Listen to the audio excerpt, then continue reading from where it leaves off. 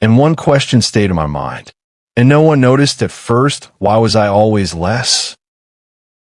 Everything felt normal until it wasn't. My name is Emma. I'm Yermi Altu, and I work in a small marketing team. People often say I'm quiet. They say I don't speak up enough. I used to agree with them. I told myself, maybe I'm just not good at this. At work, I did everything I could. I made an effort. I stayed late. I tried to build something from nothing. But somehow, my ideas were always overlooked. When I spoke, the room went silent. Or worse, someone would shut me down, so I started to hold back. I didn't want to look foolish again. Deep inside, I began to lose confidence. I kept asking myself, why was I always the one who got ignored? I said nothing and kept my head down. For a long time, I believed that silence was safer. That if I didn't speak, I couldn't fail, but I didn't know. Staying quiet was slowly taking away my voice, and then one day, everything changed. That was the day someone took my idea, and for the first time in my life, I didn't stay silent. When I was a child, my sister Olivia was always the best. She got higher grades, and people listened when she spoke. At home, everything felt clear. She was the one who made my parents proud. I was just there. I can still hear my mother's voice. Why can't you be like Olivia? That question followed me everywhere. I tried to change. I made an effort. I studied longer. I stayed up late to improve. But no matter how hard I tried, I always came second.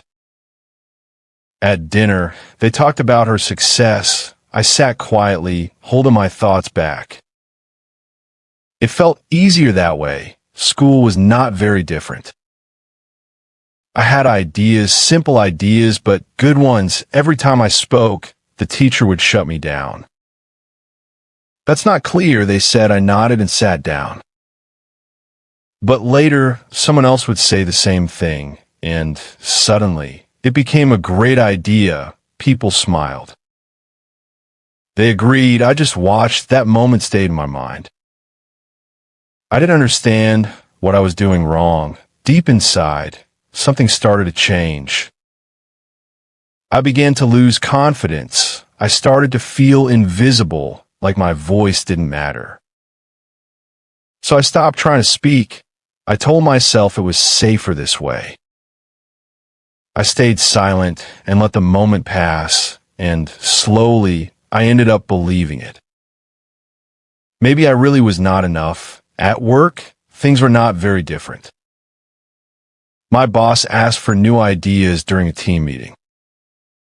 I raised my hand slowly. My voice was low, but I tried. I think we could try a new campaign, I said. He didn't even look at me. That's too simple, he replied. The room moved on. I sat down and went quiet. My idea was shut down again. A few days later, something small changed. My boss gave me a task. Just try this, he said. It wasn't a big project, but it was a chance. I held on to it. Maybe this time would be different. Maybe I could prove a point. I told myself to keep going. That night, I stayed late at the office. The lights were dim. I was working on a new idea, writing notes and building it step by step. Daniel sat next to me. He leaned over and asked, "What are you working on?" I paused for a second. Then I turned my screen and showed him. I thought maybe he could help. He looked at it and smiled a little. "You think too much," he said. "It's not very strong." His words were soft, but they stayed with me. I felt small again. "Oh, okay," I said quietly. I closed my notebook for a moment, trying to hold back my thoughts. The next day, we had another meeting. I sat in the same chair, not expecting anything. Then Daniel stood up. He started to present. I froze. The slides on the screen looked familiar, too familiar. It was my idea, the same structure, the same message. People nodded, some smiled. That's a great idea. Someone said my throat felt dry. And my fingers froze under the table. I stayed still and watched everything happen. After the meeting, I stayed at my desk. I opened my notebook. Same words, same idea, but not my voice. That moment stayed in my mind. I had seen this before. I had lived this before. That night, I opened my laptop again. I looked at my notes. Line by line, this time I didn't close it, didn't walk away. Something inside me was starting to change. A week later, the company announced a big contest. The winner would get a promotion. Everyone was excited. This was a major opportunity. I told myself I had to try again. This time, I worked alone. I didn't share my ideas. I stayed late every night, building everything step by step. I wanted to prove a point. I wanted to be seen. The final meeting came. My heart was beating fast as I walked into the room. I sat down quietly, holding my laptop close. Then Daniel stood up. He started presenting. At first, I didn't understand, but then I saw the slides. My idea, my structure, my words, a heavy pressure built in my chest. People started nodding. Some leaned forward with interest. That's a great idea. Someone said, I heard light clapping. Then my boss looked at Daniel and said, this could change our company. Something inside me dropped. I looked at the screen again. My eyes moved quickly, and then I saw it, the file name, the same version I had sent before. I could still remember that email. I had shared it days ago. But no one replied. No one said anything now it was here. On the screen, without my name, my fingers trembled without control. Everything around me suddenly felt too close. I couldn't hear clearly for a moment. My breath slowed down, then rushed back. I sat there, frozen. Then I looked at my laptop. All my drafts were there. Every note, every step, everything I built from nothing. I took a deep breath, and slowly I stood up. For a second, no one noticed, then a few heads turned. I told myself, don't sit down again, but one question stayed in my mind. What would happen if I finally spoke? My hands were shaking, but I stayed where I was. No one made a sound. I could hear my own breath.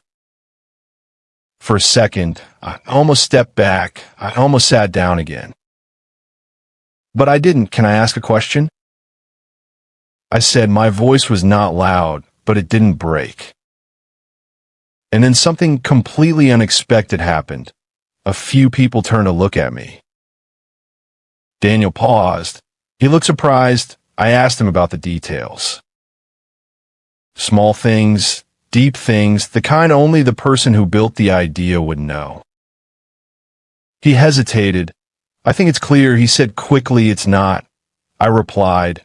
The room went still. I opened my laptop.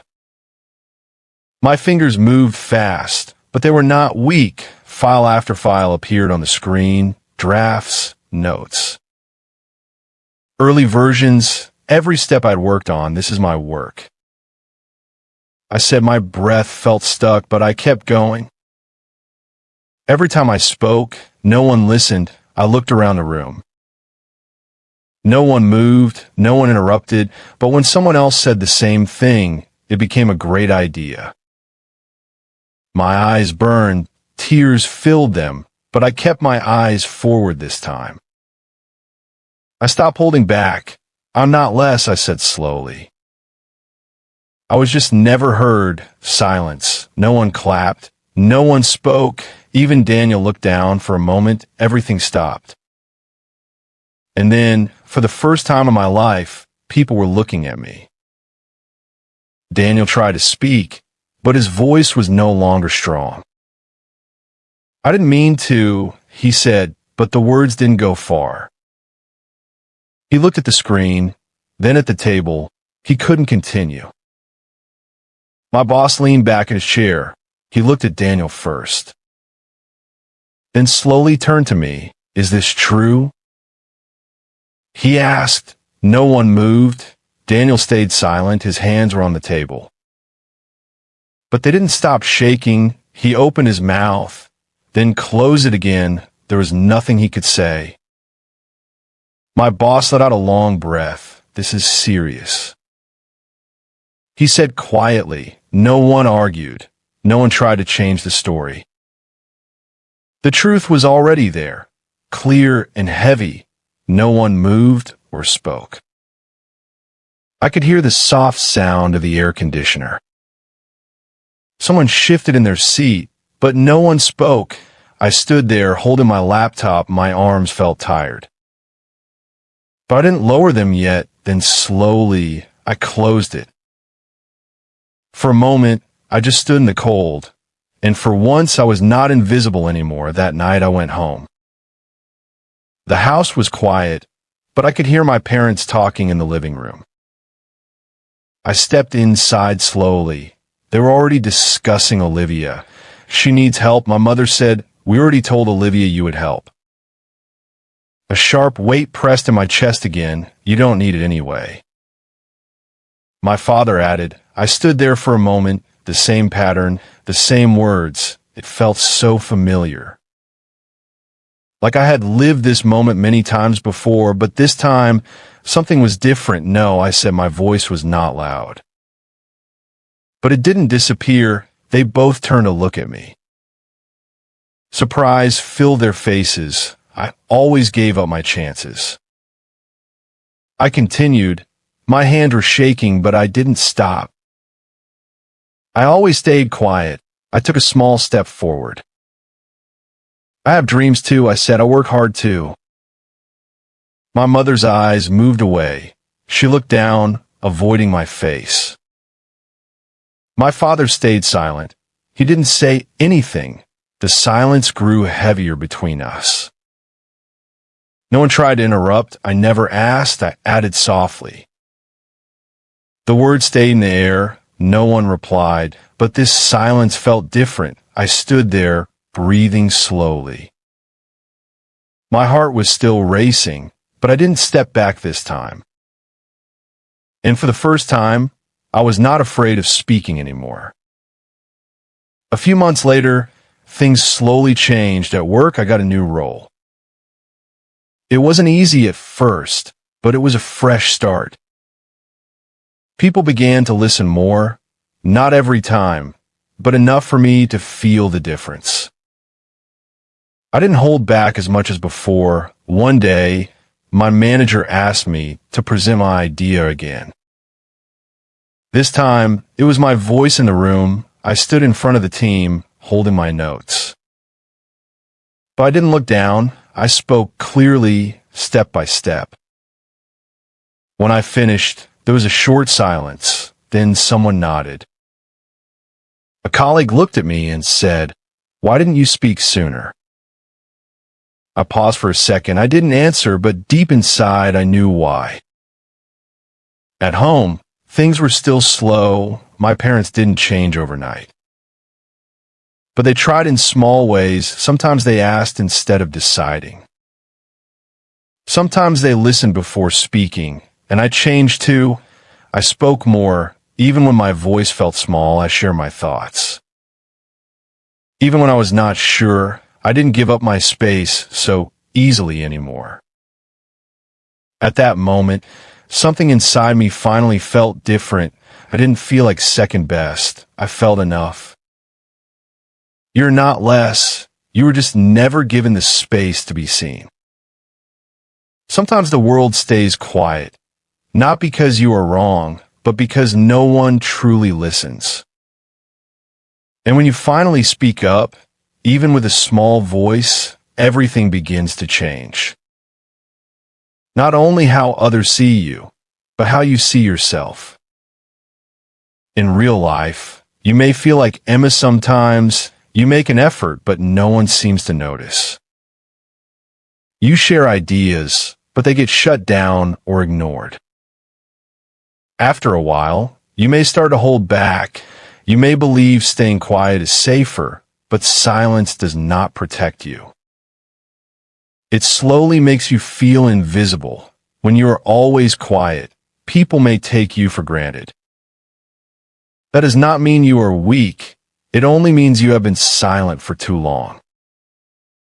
Your value does not come from how others react. It comes from what you bring. Even one small step can change something. Speak one idea. Stand up once. Say no when it matters. You do not have to be loud. You just have to be heard.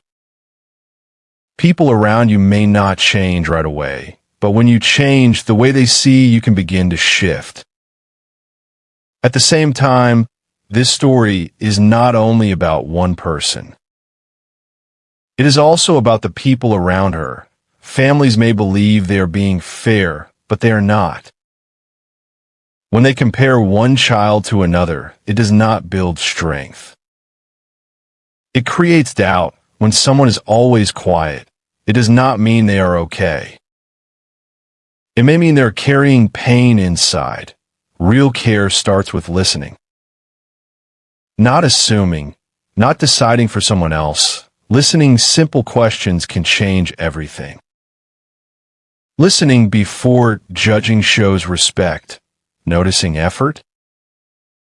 Not just results, helps people feel seen. If someone always gives in, it may look like peace, but it could be the start of losing themselves. And when they finally speak, it may be after a long time of silence. In the end, change happens from both sides. One person learns to speak up. Another learns to listen. That is where healing begins. Have you ever felt invisible, like your voice did not matter? If this story felt close to you, take a moment and share it. Comment, "I am enough," to remind yourself that your voice has value. And if you want more stories like this, don't forget to like and subscribe. Your voice matters more than you think. See you in the next story. And to this day, no one knows the truth.